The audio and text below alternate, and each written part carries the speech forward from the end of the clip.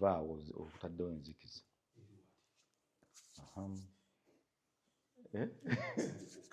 Nze nti nze neeraba kati John Sega wayinza omutunzaamu n'obyonona nagamba omukulu yali ku kamera amanye ekifaananyi kye bakikwata. Assalaamu alaikum warahmatullahi wabarakatu. Mwasuze mutya, mwasubye mutya? Nze Nurdin Ntege. Tukomyewo n'ekitundu ekyokubiri nga tutunuulirwa mukulu John Segawaka. Leero tutunuulidde ate byabufuzi ye bwabiraba. Akalulu kayingidde, ani yaani, bigenda kutambula bitya, ekituufu kiri ki? Tugende tulonde tetulonda. Ababaka ba paalamenti abakuba mu ttooki, baba ababaka ba paalamenti betulina nga bayimbi bakoledde ku bantu tebakoze. Paalamenti gw'ogiraba otya? Era 2026 tali wala tubala myezi tugenda mu kalulu. Ani muwanguzi? Kyagulanyi ku minzaani, Museveni ku minzaani, n'ebisingawo ebyo kankutwale w'omukulu John Segawa n'ateekeko enkofiira. Yes.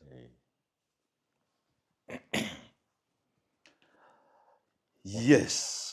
Ssebo ne banyabo tuli wano Lubaga Buyu Studios. Wetutudde mukulu Nurdin azze. Tuli mu kaseera nno ka byabufuzi. Ate nga ffe bannakatemba we are the voice of the people.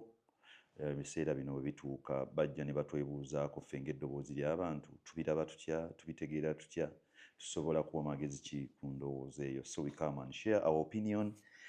Si bye by'amagezi ennyo oba si ffe tutegeera nnyo, it's just an opinion and an observation for gye tukoledde for such a long time. So sit in, tulabe ate bwe bitwokya. Salamu alaikum. Ajati nakalembe omusomi w'edduwa. Bw'oba wenyiye embeera embi yankusomere ku dduwa. Abali ebweru mirimu gigaanyi papula zeesibye kino kyekyoto kwesabira omukisa kobe ng'odiriddawa wali wenkusabira n'ofuna emikisa. Ky'oba olaba ngabirira ebinyonyi ebitalina kyakulya naawe atalina mulimu jangu kusomere ku dduwa ofuna omukisa. Eno ennyanja kwesula buli kimu ekisira ne kiba kikujjudde nekikasuka mu nnyanja nekikunta nekigenda. Nze Ajati Nakalembe kambawo ennamba yange yeeno 075237529. Temuddeeyo ne mwebakira ebizibu mukobe ku nnamba yange eno. Where her parliament has been at least having members from the art industry. Sure. Compared to different parliaments. Nti the 7th, 6th parliament, bw'otunuulira eno. Ati ebaddemu n'abantu baayo. Tulina Hilda Mani, Kayemba Solo, tulina Magoola, Rachel Magoola, omukulu Geoffrey Rutaya, yes. Naye ng'okuva eri mu 20 twalinamu Robert, mwalinayo Kyagulanyi Ssentamu, Katolu Bwama, twalina ono mukyalo omuyimbi wa gospel yagenda mu Canada. Yagenda e Canada. Wanga yakolayo nno ne church. Yes. Judith Babirye. Judith, yes. Kakati nkubira ekifaananyi 2021 2026 good enough bonna ndowooza banuupu ba opposition ne tumala awo. Do you think art has been represented in parliament? Zero. Zero. Why do you say Hildeman has been fighting with the copyright thing, but I think there is some mulimu abantu abatali genuine mu ngeri gyakigobeddemu.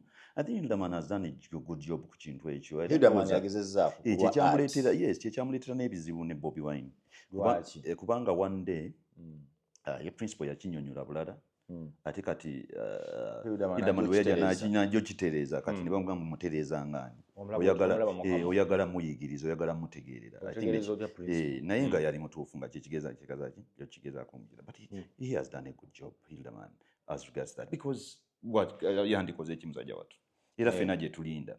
I'm going to give you an example about that copyright law. Now we are filing our papers with DSTV. baba balina okubuuza corporate certificate of your writings, certificate za taxation na biki. Naawe ngenda ndamu weeks oba yakuno I think 4-5 weeks struggling to get a copyright certificate because abantu abaliyo omugundi mu ebyo USPG ebyo tebanategeera bug eryo lye bakola. They are still studying it even tebategeera gye likoma yes ate you find online na buli kintu kyonna kugamba bikyalimu obuzibuzibu bingi for that he has tried kubanga era babitubuuza because era bijja kubeerayo tinogenda yonna you will need a registration, you will need this, you will need the other and the law must be there okusobola okwachieving ekyo. For him he has done but for the rest I don't know what they are doing there. Lutaaya Geoffrey Lutaaya mukube mu ttooki. Lutaaya Geoffrey nze kyendowooza omuntu from art to parliament era omupe n'ekifaananyi kye ebya ddala baatusala tebaatusala. Lutaaya I think for him he's kakuuto kakuuto nti ye akozesa obwa member of parliament okubeera omukulembeze w'ekakuuto oba ontegeera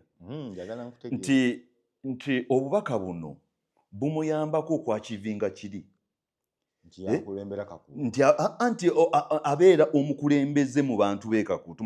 You provide leadership. To provide leadership tekitegeeza nti kulembera kati kali ke bamuteeseekako MP honorable kamuyamba okubeera nga bamuwuliriza because ye kyabadde asinga okwagala ekyalo kyabwe ekyo akikoleredde nnyo. Gwe tunuulira embaga atwala kakuuto, lwoki atwala kakuuto, buli kintu atwala kakuuto. Ebintu ebyo bizimbiramu kubanga talina kyajja kwogera muki mu parliament. Tumanyi background ya honorable tumusaasira because one he cannot go with the segonas of this world. Era yiwabanga alina ensonga ye asobola ogipaasinga ewaani omulala n'agikola ki n'agimuggulisa. Bamugaana buzibu bwa expression. Yakunnyonnyodde mbu yasooka nakuddayo nga mukulu n'asoma nga mukulu okitegedde kati expression wali eyinza omutawaanya but tekimugjaako contribution nti lwakuba soogedde ne banaayogera bali lukaaga ono jja waayogedde owekakuuto mba mutuufu okulonda omuntu atasobola ku expressinga mu parliament. Abantu parliament terina kyeyamba mu Uganda muno. Kino bakikozesa okweggyako emimwa okukendeeza emimwa egireekaana. Yes, parliament babakasukira ne mu nsi yonna wali ensi eziri democratic ezina democracy parliament erina okubeerawo. Anti parliament erina okubeerawo naye parliament okubeerawo bagiwa purpose. Yes, people representation. Yes, people representation. Eno omulimu gwabyo si kigweko. Week ewedde, I wish everybody could go back and read about Kanyihamba, Professor the late. Mu bitabo bye ne mu writings zonna annyonnyola baakaayana okukola parliament eyo. Erina ebizibu byayo. Isooka numbers, remuneration, na bingi bye tusobola okunnyonnyola ku parliament eyo. So it's not a people-centered thing. Kintu kya mukulu kwagaza kukendeeza ku ba dissenters. Look, yes, because obukulembeze buno bwe tulimu bwankuwa patronage. Patronage is giving. They feeding you. Okitegeera. Kakati I can give you an example. Oyinza otya okuddamu introducing n'ogamba nti ne ba elderly tubaweeyo ebifo 5. What's that? Tina abasirikale tubaweeyo ebifo 10. What's that? Bakiikirirwe eki? Bagambye nti mu beesimbyewo tugeze district ya 38 temusobola kuvaamu musajja wa myaka 6 ate mwebali already tasobola representinga birowoozo by'abaelderly. Oyina kuleeta bali abakoota okubaleetawo. That's patronage. Abavubuka temuli ekitegedde abavubuka tebalina nti for example the youth bano bemuleeta for what? Because ne bano abeesimbyewo mulimu ba youth, they will represent them. Ate nze ndwawo n'okulaba parliament ng'etudde mbweteza ku nsonga z'abakadde. Abasirikale kiki? This patronage. Era gavumenti esookera ddala tulina okuddayo ku constituency za district. Twetaaga omubaka omu okuva e Mubende. Omu. a well educated guy ate nga n'ababaka tukendeeze ne babawa. We must retire. Kakati nze when I retire in the next 10 years, okay, nteekeddwa okukiikirira Mubende. Kyandibadde next wandibadde uti endala eyaffe nga Senate ne wabeerayo ne House of Representatives. Okitegedde House of Representatives nereeta nijjayo special needs ezo nabiki but limited. Ne sente ze babawa limited. Twagalayo bayivu bagezi ababimanyi so si bano abagenze ne bateekayo ennyumba ne bagenda Manerenda yakifudde kigabo kya business. No, you get okukiikirirwa ogamba Parliament yandibaddemu bantu abalumirwa eggwanga lyabwe nga tebakyagalamu nti nze mpa transport ngende Nairobi. Yes, tijja kuzimba apartments. No, nze saagala zizimba. Nze njagala kusitula Mubende education yayo mbi. That's all I want. Nti ogende Mubende waffe tuli mayiro 100 naye okuva mu naye tulinga abali mayiro 3 because of the mindset. Doing business there, you must study the mindset of the people. Ojja kutwalayo kutwaza kintu nga tebabitegeera bo nga that's the standard they are used to. Therefore nze bwe nzija nga njagala okwesimbawo saagala bino byagula mu engeri ki. Njagala abantu ab'ensonga batuule mu town hall we bati tutandike okubaganya mbagambe bannange primary school wewaffe abaana tebasoma lwaki abaana bava mu masomero mangu ekinaatutaasanga Mubende education ekitegedde bantu bakuguke bayige bagende bali ensi batambuleko bwe banaatambulako ne balaba ensi bwetambula they will come back and bring the knowledge. That's what we want to share in the parliament. Yes, but this lwaki opposition tekyogera tesobola. Opposition has nothing to do here. Ati ngamba lwaki tekyogera. This is a state eri captured. You don't want to listen to this. This state is under the rule of a family. Gyesalawo ebigenda okukolerwa. Supreme Court juzi yabagamba ku kya court martial. Yes, it took just 3 months n'ababaka nga babawadde bribes a million 10 to come and pass. Okay? To come and pass that law. They were forced to pass it. You see the honorable speaker in that seat ng'akankaniramu bukankanizi. Nga naye talina ekyokukola takirina. Kyogambe parliament mpambe eggwanga liri mu buwambe. Eggwanga lyawambibwa lyonna. Kanye Ihamba yatugambye. There is a story. Besigye yagenda omukyalirako ewuwe n'abanyumiza omusango guli ogwa 2016 ogwa Supreme Court. Baali bagenda gusala against the government. Akunnyonnyola buli kintu kyonna, it's written. Chief Justice then nga bonna bategedde ndidi oba yali Odochi. It was Odochi I think. Ne excusingako ku lunch n'agendako mu toilet yagenda okuddanga ebintu byonna bikyuse. Yabagamba mumpeemu kati. Yagamba mumpeeyo akaseera katono olubuto lugizeemu. Nzijja. Byonna mubiteeko forward. Bagenda okujja n'abagamba nze ekyange nkikyusizza kati mwenna mumpe ebyammwe ngenda bisoma bwe nti. That is 2016. Ngenda ba president. That's then, yes. Nenga 16 baali bagenda kasazaamu kadibwe. Yes. But because balangirire Besigye nti ono ne babagamba mukigeze mulabe namwe tujja mujja sulayo. Wabeewo akigezaako. The man is in prison for 6 months now. Bail bamusaba gye buli kintu kyonna ebipapula weebiri tewali asobola muleeta. Gatanafuna instructions. Waliwo alina okugamba gye.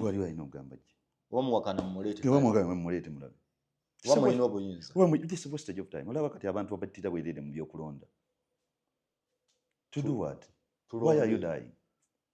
Kyogabye ebintu by'okwepikapika mu njiwadde omuliro toka balabala. Why are you dying? Come January, it's going to be otherwise. This is going to be the same thing. The same story. The old man was in Kenya yesterday. Okay, did you listen to the speech? Byayogera. He's here. Bagenda kuzimba factory ya steel. The Tororo. But when you hear the speech, he's going nowhere. It's like the country is his. Irayogera. In person. Yes. in person era yabagambye bano baleeta police baleekaana engeri gyayogeramu temulina ideas so eggwanga lyogera in person. Mujjukira wano mu 2016 era mbozimba amafuta gange mwemba amafuta gange mumagazuula bwebali nnyo kati this is captured state. You have nothing to do. We are here captured. Look at our institution. I was crying nyumba n'abantu for 40 years.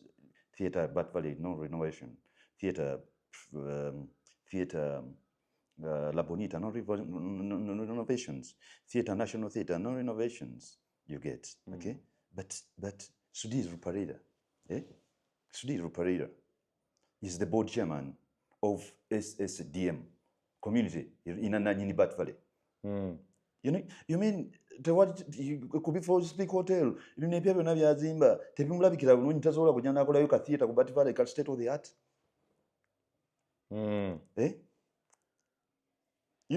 Okitegeera kyenkunyonyola this is a lost cause. We only pray to God that one day Katonda ajja tutaasa.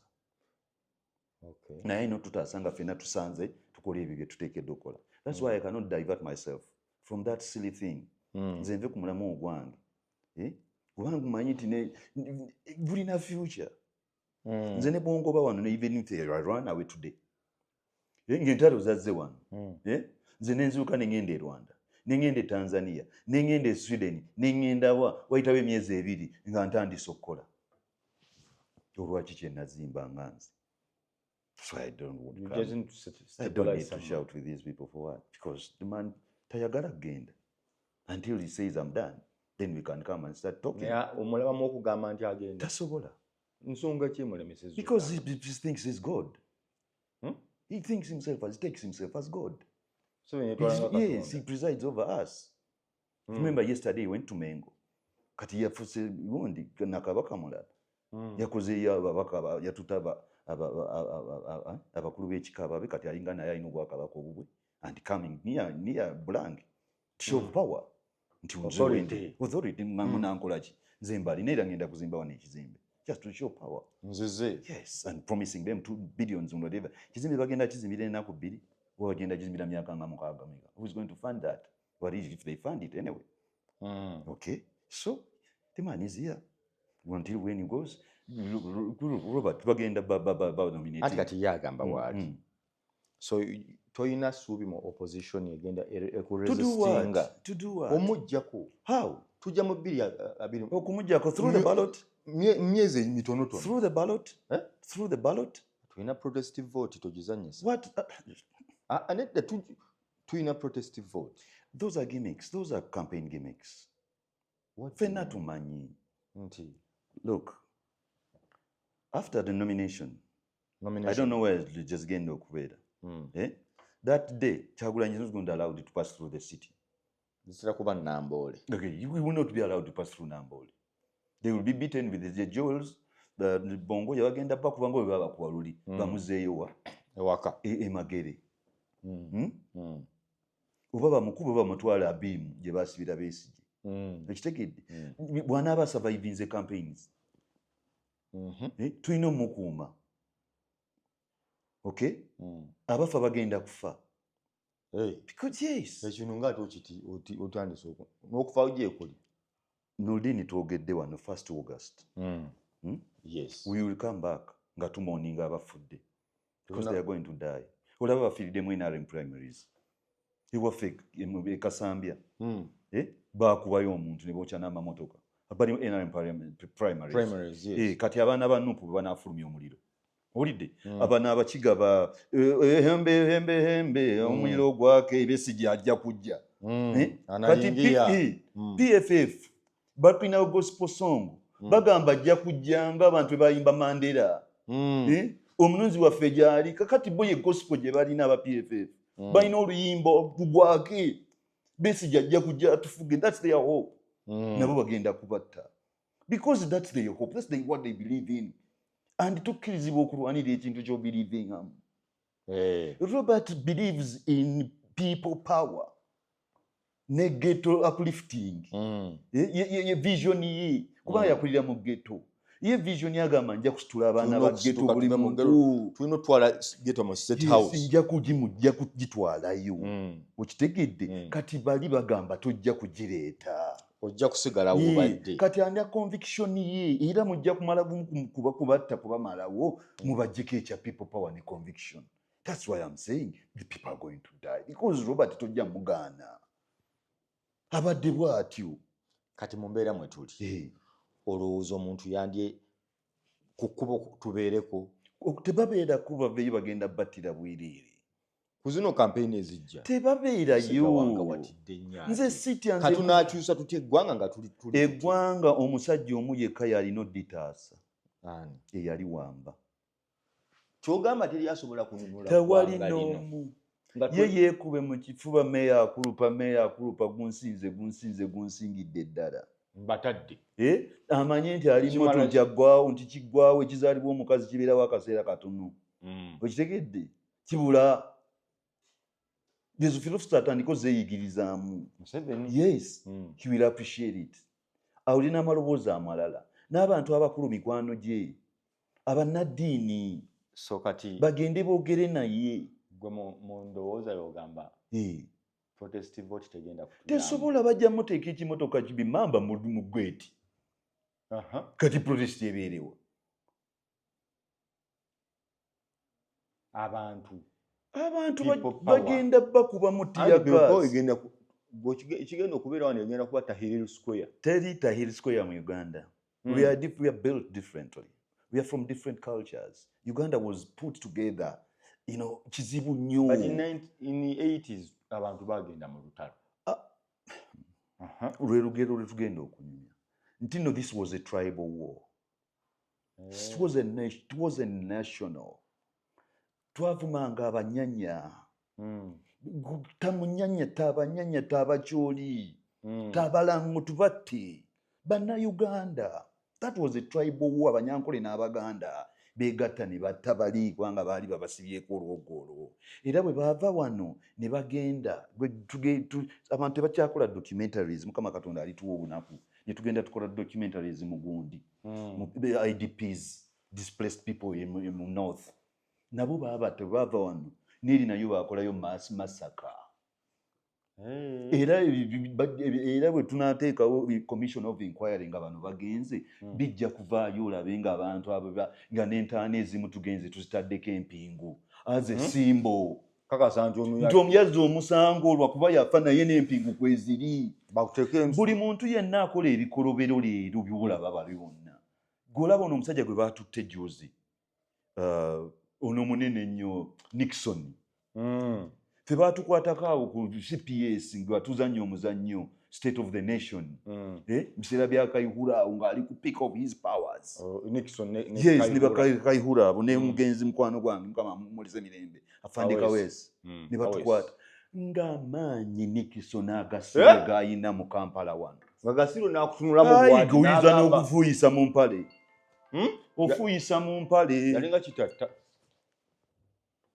Bakitatta nze kitatta nabeerako naye mu sauna nga motoka pato ziyimirira awo ne kadomola k'obutunda bakakima na pato ya poliisi ewaja ati twagala kunyama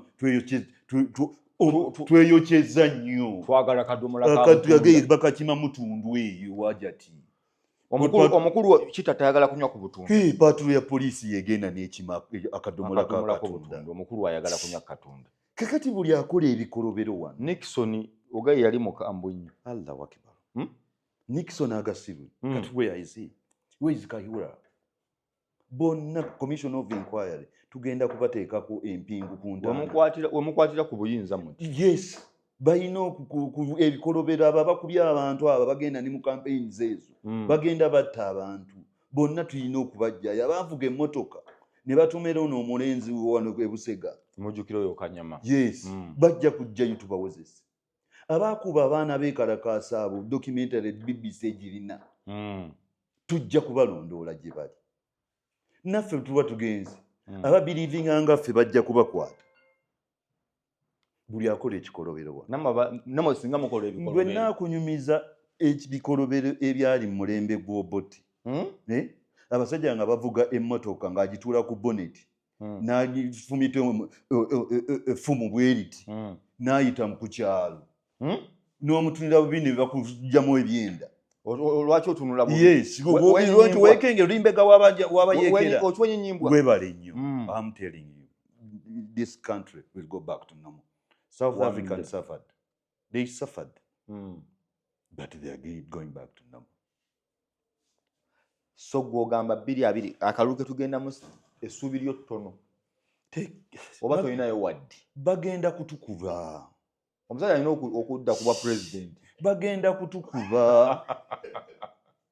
Emikutu gyaffe bagenda kugijjako, zitwitter bagenda zijjako. Nebbo beebanyaabo. Zitivi mu abakola gundi bagenda batwala mu UCC. Tulina okwenyonyolako. Kati ffe tetugenda kuddamu kukirizibwa, tugenda kuddamu kukirizibwa kutukyaza ffe abalina endowooza endala. Muli tukyaza ng'okulonda kuwedde. Naye kaakati tebiriiyo, ffe bagenda kutukuba. Abamu bagenda kubatta. Nze kuba nina kampeyini ze ngenda okukolamu. Ez'abasajja bange esobola balekerera. Bagenda kutukubirayo. Olina okugenda mu bantu. Ewa Hildaman omukazi tulina omulwanyisa oyo. Beesibye ku kintu. Balina otukubirayo. Ewa Kayemba balina otukubirayo. Ewa Mbabaali e Masaka balina otukubirayo. Okitegedde? Nze ngenda ewa gundi Joyce baagala. Nina okubeera ku mmotoka ye. Balina okutukubirayo. Bagenda kuba gw'omuweka. Ngambye tukubirayo. Fe, not me personally. Okay. Kati kangu. Ekibuzo kyange oba onookiddamu. Oba onookizingira awo. Naye kankubuuze. Nteera ku scale. Rating gye njagala nti 2026, 25, 2021, 2026. Nuupu y'ebadde efuga Buganda. Ng'oggyeko entebe eri ennene. Performance yaabwe overall nga sitaddemu art oba opposition. Manyi, a subject is hard to discuss, but let me help a few people. Nuupu ekisookera ddala kibiina kito. Nti any organization ebeera n'ebizibu bingi ebiri structure. Okay. Ate bwesanga nga tuli mu buwambe eri mu gavumenti empambe tebagikkirizaako yadde kukola bintu ebyo. Era nze I'm very worried. Ku bantu 800 ku 100 abali mu structure za Nuupu, 45% bakolera eyatuwamba. Gwolowooza ebitundu 45. Yes. Abali ku administration ya abali omwo bakozi ba Museveni. Bakozi ba eyatuwamba. Lwaki olowooza bw'oti? It is nga bwe kiri, it is designed to be that. Oyo temusobola kubeera mu organization wantu nga tataddeyo bantu be. Because ye omulamwa gwe kwewaŋŋamya ku bukulembeze. Tosobola kwewaŋŋamya ku bukulembeze nga tumanyi bantu bakuyiiza bye bagenda kukola.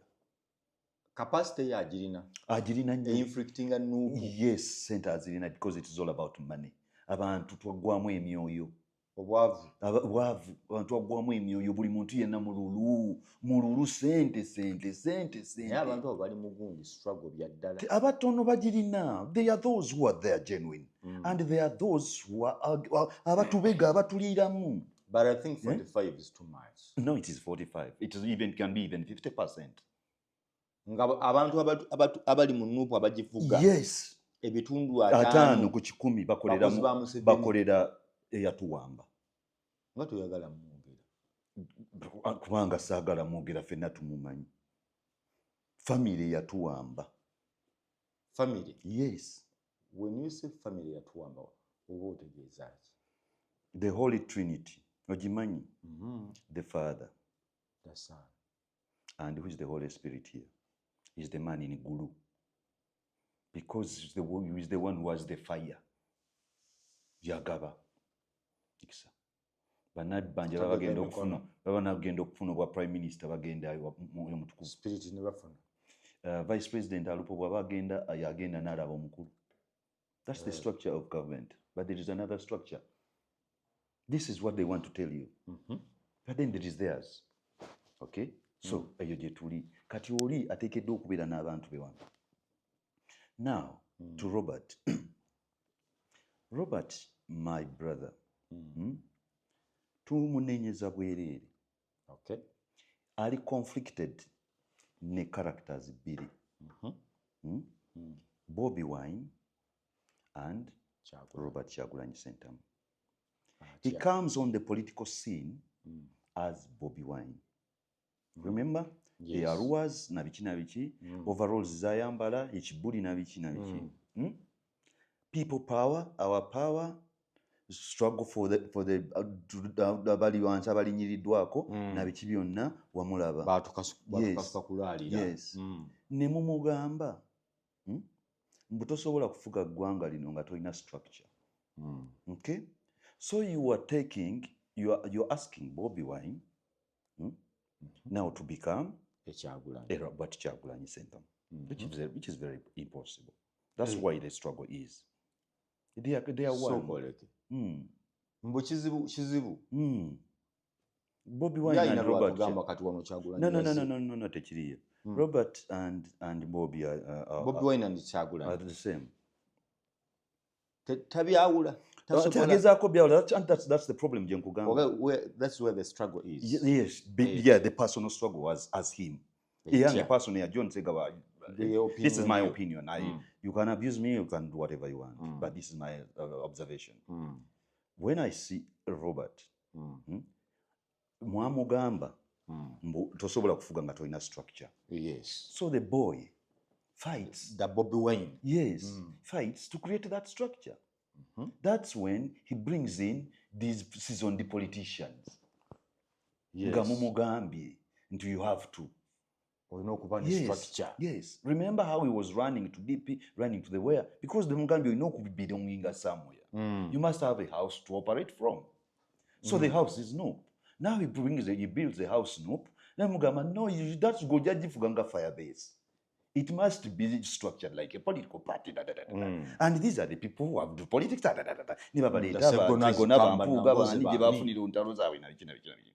right? But this man's politics is different. That's why I have a conflict in it. Very different here. Bobi Wine's politics is people power based and Bobi Wine based. Expand. Not DF structure. It's not structure. Oli muzoganyi. Rubber style. Lero omukwatira wano oli omukwatira wali. Kati mwe mwamuyiriza. Unamuwa ki structure ekyo. Yakireeta. No. It was thinking. Tibobeera ngo no. Bobeera ngo oli mukulembeze. Tokulembera weka. You listen to people. Yes. Okay? You take advice. Era nze there are structures. I was with them. People power. Yes. Era nga we sit and discuss. Era mu conflicts zange nabo yeri main. Eriwa. Dropping the people power to go structure. Ono muzoganyi Robadoba. Yani akusigala mu Robadoba style. Yesobola ko okuono. Yesobola ku misango. Yesobola kuone yatulemerako. Kasita mwajja we mumwagalira mu structure ajja kubawa sente ateekeyo zi 50% zenkugambye kati ne Robert mumukozesa genda okumulaba mu mutawaanya ne mumwambaza amasuuti musajja watu ne kusomesa bigundi. No. Robert yoli fire brand power. Ekibuli figwe tumanyi owa fire base oli yasobola bana abawamba eggwanga. Wanaatuula mu ofiisi mu suuti ze. Press conference no, don't want to do president ngato ali mu Robadoba. You need that. Emmere gye banaafumba ku Christmas y'omwaka ogujja oba guno tujja kumanya endya yaayo ng'etuuse ku ttebo. Tosobola kumanya ndya ya mmere. Tusooke tudiringe n'erukukubi. Mubeke mugamba nti bw'anaatuuka anaakola ki anaagira ki anaakola. Musooke mutomo tumunonye amazima. Tusooke tetunnatuuka ku lusajju ku mmere tumanye oba muwogo oba matooke oba kalo oba chapati. Buli mmere ogirya bulala. Okay. You get. When we get there, or when he gets there, we shall know what to do. kati oŋŋambye mu mbeera gye yakuliramu naali yafuna conflict tasobola biri awo bimutagalako tamanyi bwe tugamba nti bimutagalako tubanga ekifaananyi like to have the corporate side nze mulaba nga nze on a personal side and a friend who is observing him every day gwe mmanyi gwe mbadde naye mu biseera byaffe biri ne mukati ng'afuuse wano mu ofiisi eyange nga tutuula ekijjo ne tuyogera ebigambo mulabamu ekyo mbu this officialism eyo structuralism gye bamuteekamu conflictinga ne structure yeeri eya Robert Oba style kyova olaba ba Robert Oba style ababitwala weyayisa mukoddomi wange abo abakola ebyo you know kwegamba bwe bajja eno mu structure nga ku TV nga ku kimugenda okulaba nga ate mugamba tebalina etiquette you see that's the conflict. You get my point. So kyova olaba oluusi ne babajerega nti ba fire base. That is what they are. Ba fire base. Yes, and they should embrace it. Because it is the one that is going to help. Ogamba ono abagamba nti bano balema okweyawula mbu ba fire base nga beeyawula batya bali mu kibuli kyabwe kyekyo ekirina okukola basigale mu kibuli banaatuula mu ofiisi ne fayiro bwe bigenda okukoma tujja banyumyako kibiina tujja bajja kirya bajja kimubbako nga bwe batwala DP nga bwe batwala UPC nga bwe batwala FDC ne NUP bajja gimubbako era dduka agende ku kirala yes omulabe y'omu kulaba bino byebatandise okuyiiza nti constitution teriyo simanya bikino biki simanya byakoze biki bajja kugimubbako Robert abisuubira manyi abimanyi like this abisuubira ekitegeera so eyo ye structure gye twagala eyo gye ŋŋamba gw'ogamba nupu from day one nze nali sikkiriza structure ebintu bya nupu byandivuddewo yes era nabo kintu kyaffe tekirina ani yakyogeranga tuli awo tebamanyi batayiriza naye bo ne bammatiza ne baŋŋamba nti you cannot operate politics outside without a political party ne mbagamba bannange bino birala bino si bya America bino tuli mu buwambe tuli Babiloni kati ogiwo omusinkana ne munyumyamu sisobola nga mwagaza nayi mubende waffe Kakumiro no tetulina tulina fundamental differences of philosophy ate nze omuntu gwe nina differences of philosophy nga manyi ne bwe naamuguza endowooza yange sigenda mukyusa I don't waste time on that one. But she can believe in art. I think she believes in art. Art oyo patronage nze simukola. Oh no. I don't do my art for patronage. Nti nze ngende bampe sente nzanye omuzannyo we no. I do a play because of my conviction. Nti Catholic Church enyiizizza mulimu ekintu kye njagala ogiwandiikako. That's what I do. President Museveni anyiizizza nina kye njagala omuwandiikako through drama. That's what I do. I don't do commercial drama. You don't pay me to think. No, I think what I do. I paint my own picture. You don't paint the picture for me. Yes, that's the difference. Gwe lwaki omulowooza nti kyagenda okugamba? Byebyo. Abo bayimbi bali mu kwaya. Omuntu wa kwaya anoonya kwaya master. Omukono gye gumuteeka gy'agenda.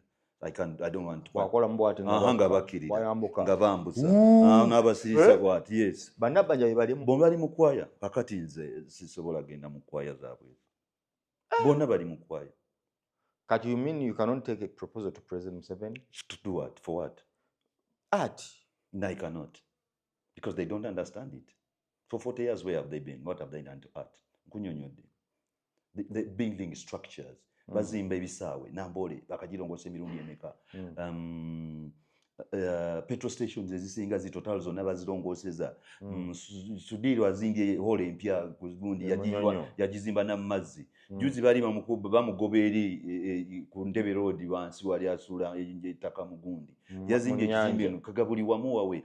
Shimoni Primary School bagijjawo ne bakolawo Kingdom.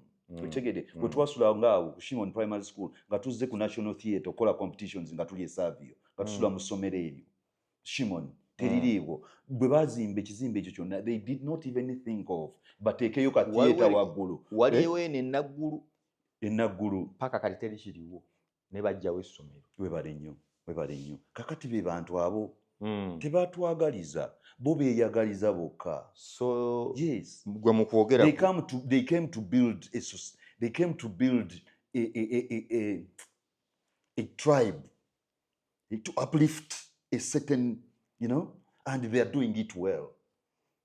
Yes, but things change. Nakunyonyodde nga tuva mu Idi Amin. My father yakulanga n'Abanubi abo be balina ssente. Era ffe waffe nga ebintu by'Abanubi bye tumanyi mikwano gya muzinga beeyo be balina ssente. When Amin run, they run. They come the Afro Motors by Chiba Okecho Bani. They had all the best and the money. When Obote run, they run. Today, who has the money? We don't know where they got it from. But they are the richest here. Yesterday they took a coffee factory in Ntungamo. Okay? Where is Busiro coffee? Fe waffe twalina Wamala. Growers Union. Itaka lya Wamala, why don't you come and build that coffee factory Wamala waffe Mbusimbi Emitiana? Yeah? They don't mean well. They don't. Era the earlier they go the better. Nga baluddewo. Kama bwe batyo Katonda tu preparing. Emyaka 40 abantu gye bamala mu ddungu. God was preparing them for hardship. Okay? Tugumye ekimala. Yes, mwe papa preparing it. I've been telling you our story. Feba tugumya twaita mu tanuru. Mu biseera bya Obote. Okusoma. You get. Yeah. Kusavyawo we twasomeranga. President Obote nga bw'aba ava Entebbe ejjana ezafuluma nga tulina omwaniriza nga tugenda tusimba ku luguudo n'obupande bwa UPC bwe tuti. Owulira? Ffe twayimbanga ku mikolo gy'Ekatabi wali ng'ono omukyala yali bamuyitanga Night Kulabako yatayiranga awo abantu yali mukazi wa Gombola nga bw'olaba baradisi bwe beekyanga wana abakazi ab'amaanyi. Night Kulabako. Byonna twaba. Ffe battira abasajja esaaviyo ku ssomero. Battira omusajja ku luggi lwa Brother Kisitu. Ng'akoze ekyadduse. It was like a son omanyi tutuula mu kadrango. Ne batugabira ebintu bye tugenda okukozesa wiiki nga sabbuuni, toilet paper na biki kubanga babituterekera. Kati mutuula awo ne batandika ne bagenda mu ofiisi ya brother gye babituweeranga bayita John n'ogenda n'ojjayo ebyo n'ogenda mu dormitory. Kati niffe twali mu danger zones. Kati nearby our school awo ku Kisubi nga ku gundi waliwo road block. Kati bajjayo omusajja nga bamugoba nga balowooza aba alina emmundu oba biki n'addukira mu ssomero. Yasanga waggulu yayingira mu gundi yatuyitamu n'ayingira mu luggi lwa Brother Kisitu. So we have seen blood. Ne bayingira ne bamuttiramu yekka. Ne bamugamba afulume n'agaana. Ne bakuba amasasi. Ffe badulumba ka poliisi k'Ekisubi awo abayeekera. Waliwo ka police post. Batulumbanga bayekere ne bajja ne bakuba amasasi Brother Kisitu n'atufulumyanga n'atuteeka mu kisaawe. Ne tusoma play. You see? So they were training us. Ebintu ebibeerawo bikutegeeka wajja ogenda okubeera. And these 40 years of this man, let's learn. Nti ebikoleddwa tetubiddamu. Byonna obyogere naye ate omaliza n'ogamba nti tolabawo ssuubi lya musajja agenda. Anti nakugambye buli kizaalibwa omukazi. Kifa maawo. Kimala kigwawo maawo. Nebukadnezar kyabasomako. They were so powerful. We read history to help us understand it today. And so we believe that what happened will happen. Yes. Kakati parliament wagigobye. Tewali. Kati bano babbayo okutugamba bajja mu nkoleko. Baaliwa. Ababaasi. No, abo bali mu. No, it biseera bya kufuna ssente. It's a money haste, I said, I told you. Ababaka bonna betulaba bajja. That is a money haste. Bagabana lutalo lwa kubba ssente. Alibaba and the 40 thieves. Wamusomako. Musome ebitabo. Ow'Ebongereza? Alibaba and the 40 thieves. Yali mubbi. Nnyo. Ng'abbira institutions. Yes, kati ne bano babbira institutions. Ababaka betula mu parliament bano abavudde Ali Baba Haste bali ku munyago nabo gwe babbako. Ogwo munyago. The bounties with the holder, Madam. Wamulabye jjo ng'akaaba mu parliament. The holder, the madam, wa bounty gye batwalako. Parliament ina donations ziri mu more than 100 billion for donations, or 90 whatever the figure is. All right? Oluguudo lwaffe Mubende Mitiyana bakalukolera emyaka 5. Luddo gine teruggwanga. Oluguudo olwo lwaki ndubala emyezi emyaka.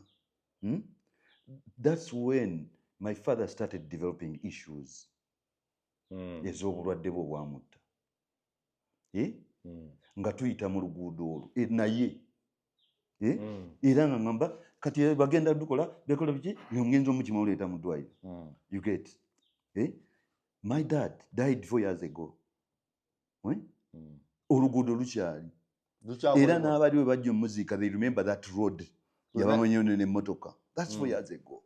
You get ddwaliro akukolerwa mu kisanja kiri gye baali promisinga kiri 16 webale nnyo ne kiyingira muno. Kakati jjo baakugambye nti Katumba Wamala, the honorable minister, yagambye sente teziriiwo era badi ku hold. You get naye ono akwata ekibbo kya sente ze babba akugambye donations alina 90 billion. Owaffe yeetaaga sente kukola luguudo. You see, I cannot, yes, we are struggling with money today. Sisobola kuvuga motoka yange eyo ngende ndabe ku maama.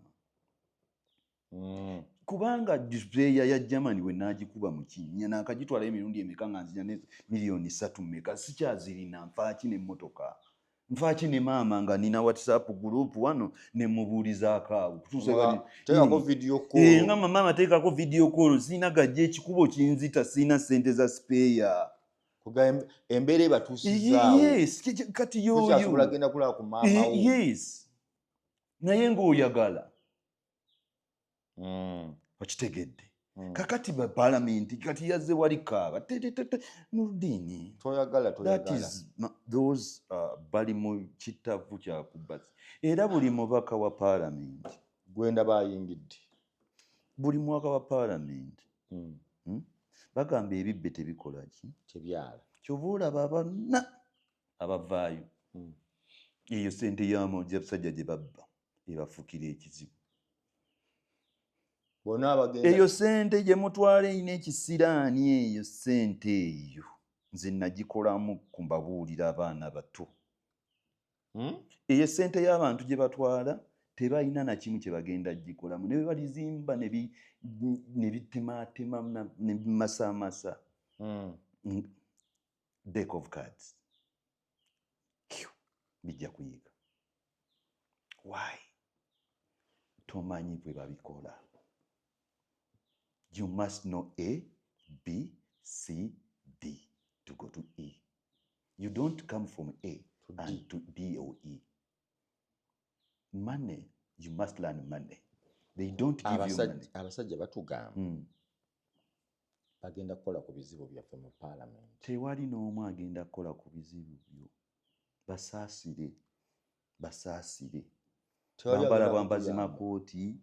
Mugenda gabana kintu kyabwe. Kugabana, bubeera mukwano gwa speaker, babateeke ku butripu, bafuneyo pa DM, bakole. That is the crap they do. All of them are in bed with the dictator. Are you sure? Those members of parliament, all of them are in bed with the dictator. Let nobody tell you because he's paid by the dictator. Look at this situation. Many times babateerako ne sente ku account yaabwe mbu nga tebazimanyi. Okay, their accounts, yes, their accounts are managed by that lead omubbi Haste. Kugamba bali mu kitavu. Naye Zaaka alwanako. Don't mention that boy. Zaaka agezaako n'agawo batufa tufe. Don't mention that boy. Tudde ku kirala. Banamboozi. Tudde ku mulala.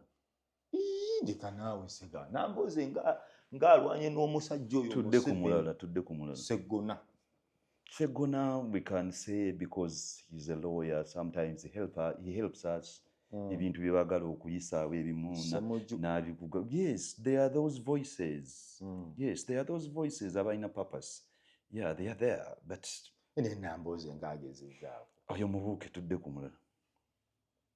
Tosiimye. Tagala mwogerako. Yakubba. No, she's my friend. Kati why? Lwaki toyagala Not worth. Not worth me talking to her. No, the personal life is my friend, we can talk, but the political life of Nambooze, not me to comment on it. I say pass. Nsereko Muhammad is a bright kid, very bright.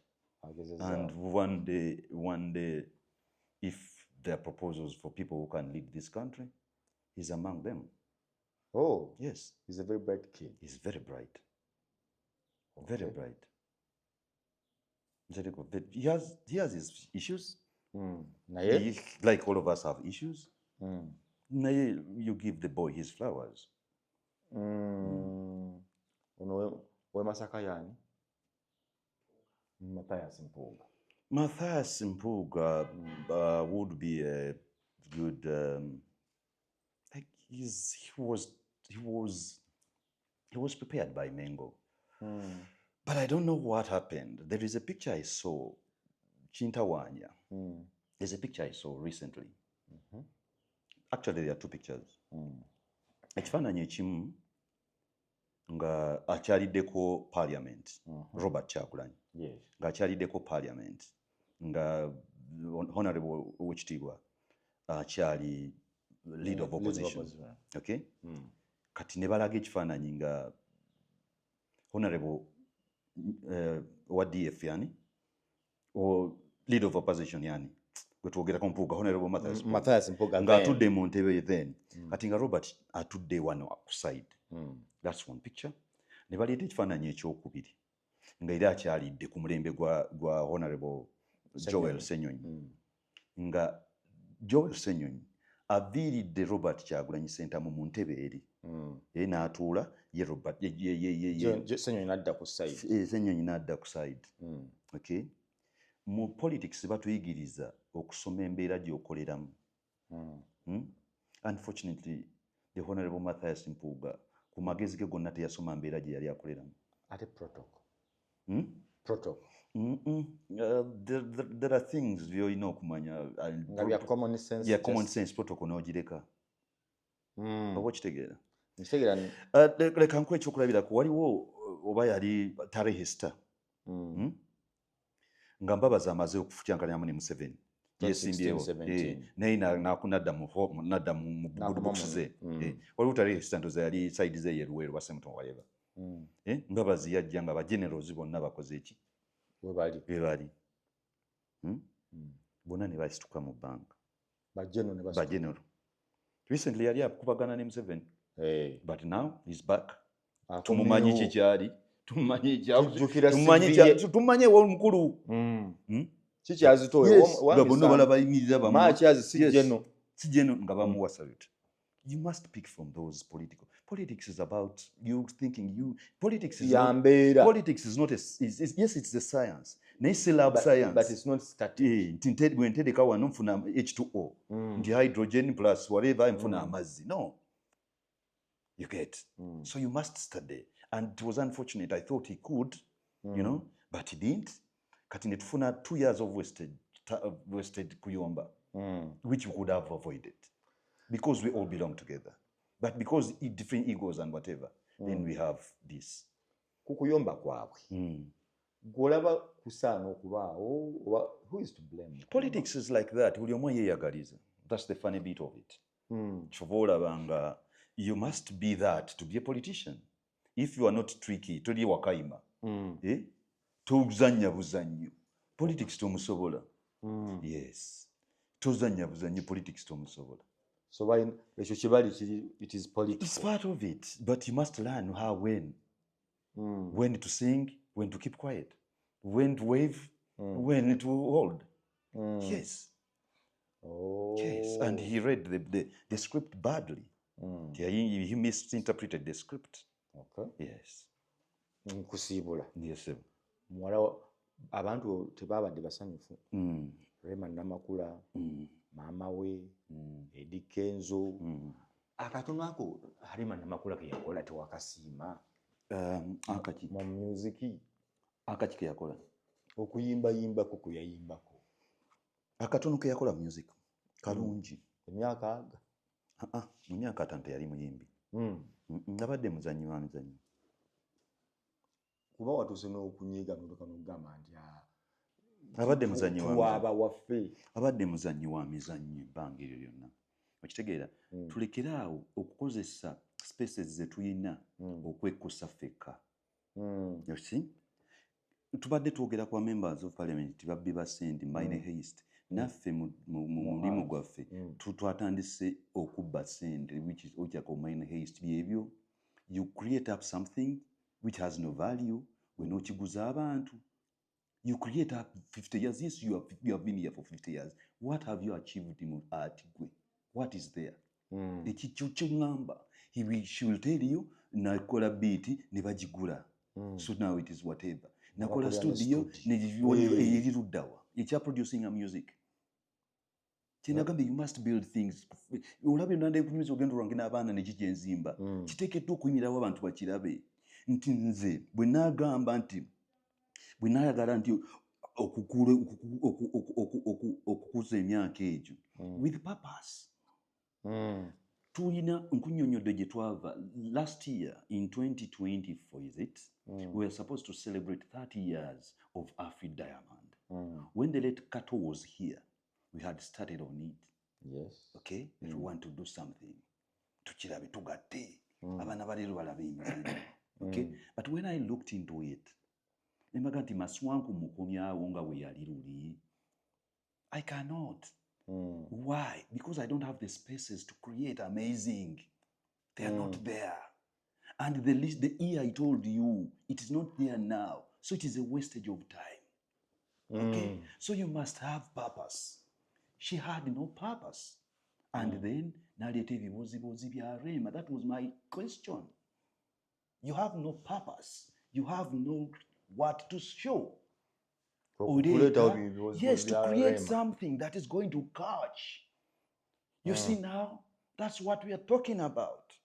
We are not talking about the music, the bad presentation. We are talking about a clip of lovers. Yes, a story that has been overplayed. That's my concern. Okay?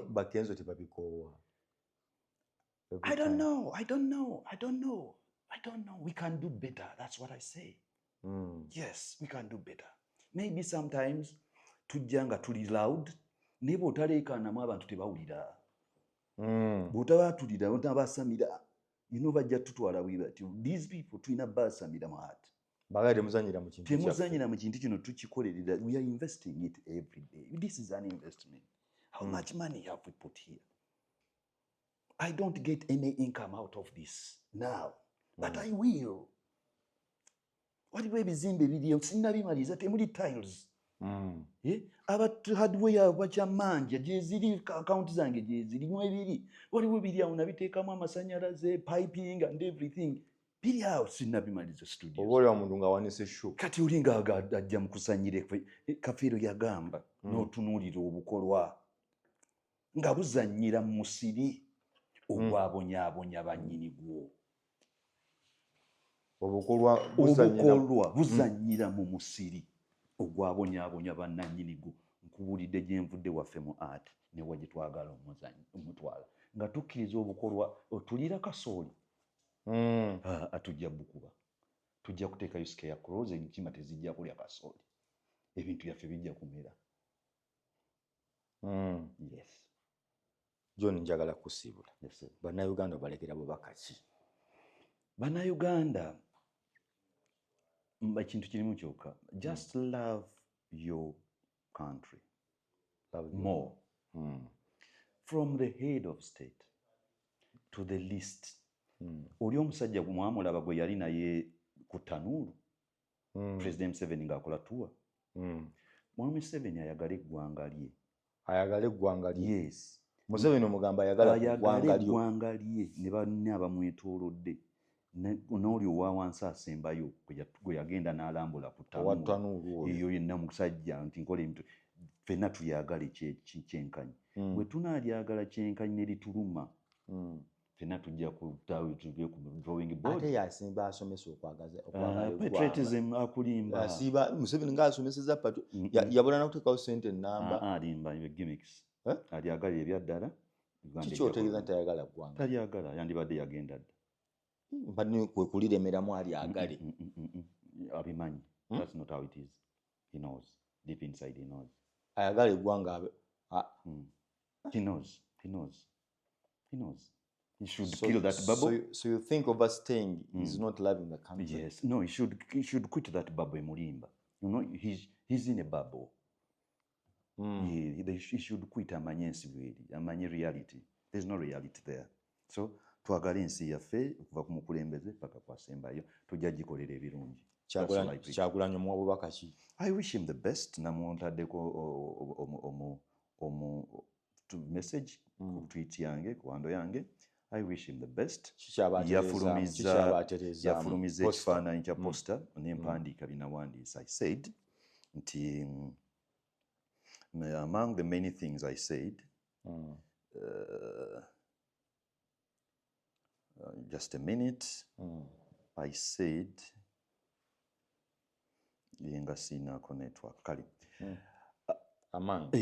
I said to him, you are from us, the arts. Okay. I'm waiting eagerly to read the manifesto, what they are going to do for us in the arts. Okay. So that's what I said, that I wish you the best, but as you are part of us, ebizibu byaffe byonna bimanyi. Oyagala kusoma ku page. Yes, yagala kusoma ku page where we come in. Yes, where tugwa.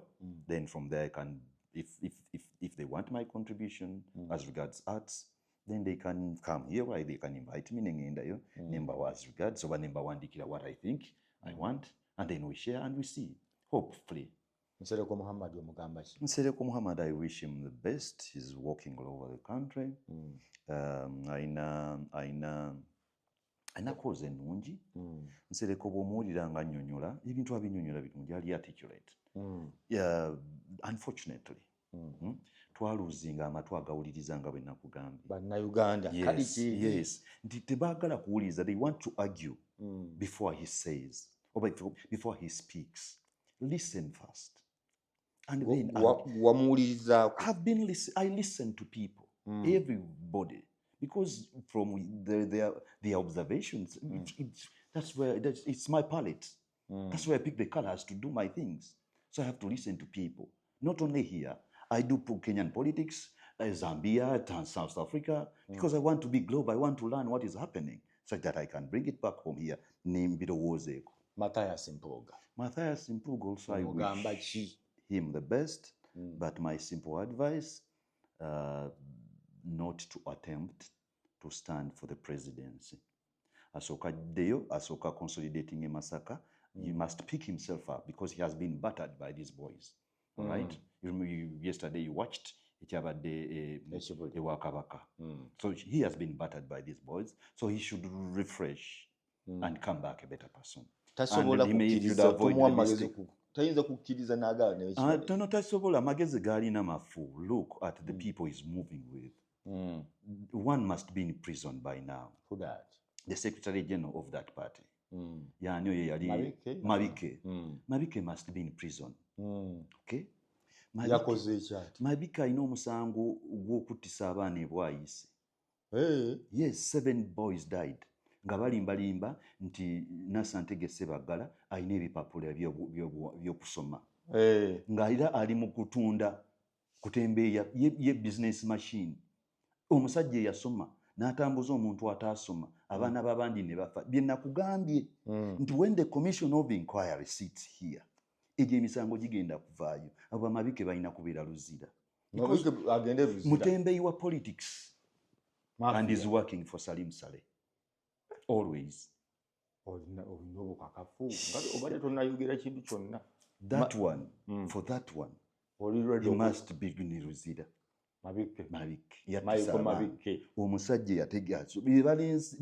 If we do not eliminate those, politics wa Uganda tajja. Kati Mpuuga oga tasobola kuddayo wa Bobi Wine ne yeetonda okusobola opposition okuba ne services. For now, no, because the tempers are still high. It is time for everything. Let him go pursue his goals.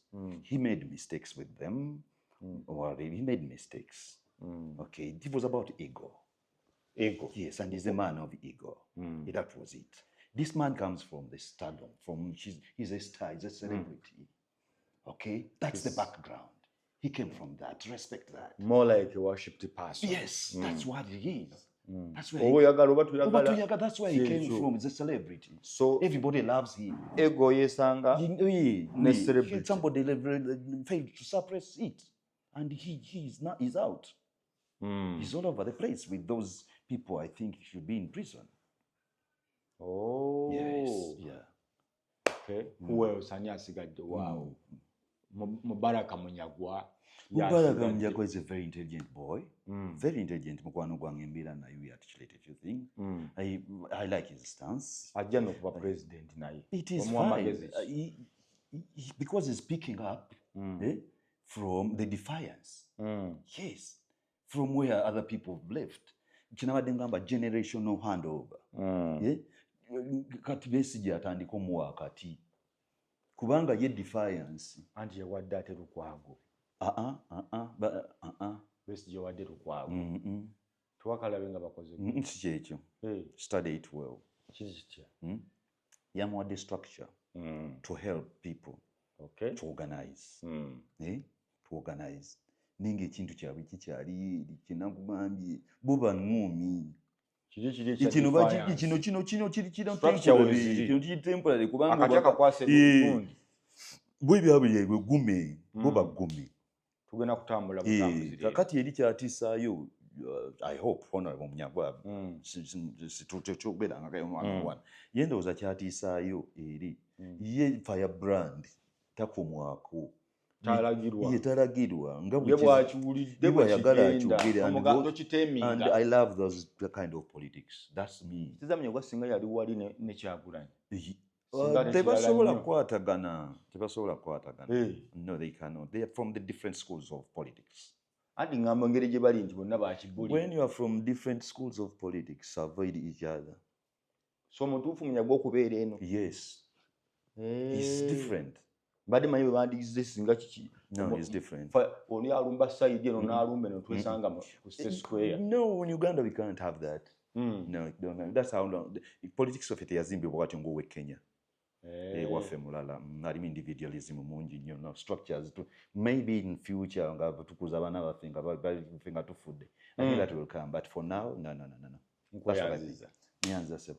Interview no zetambudde bulungi. Nyanza mukama wange. Amen. Byesikunyonyodde tugenda kukomawo olulungi omulala. Okay, abadde John Segawa. Ensonga twogedde ku nnyingi simanyi gwe w'oyagadde woba otwala. Nze n'Odini Ntege tujja kuba ate tukwatagana omulundi omulala. Assalamu alaikum wa rahmatullahi wa barakatuh.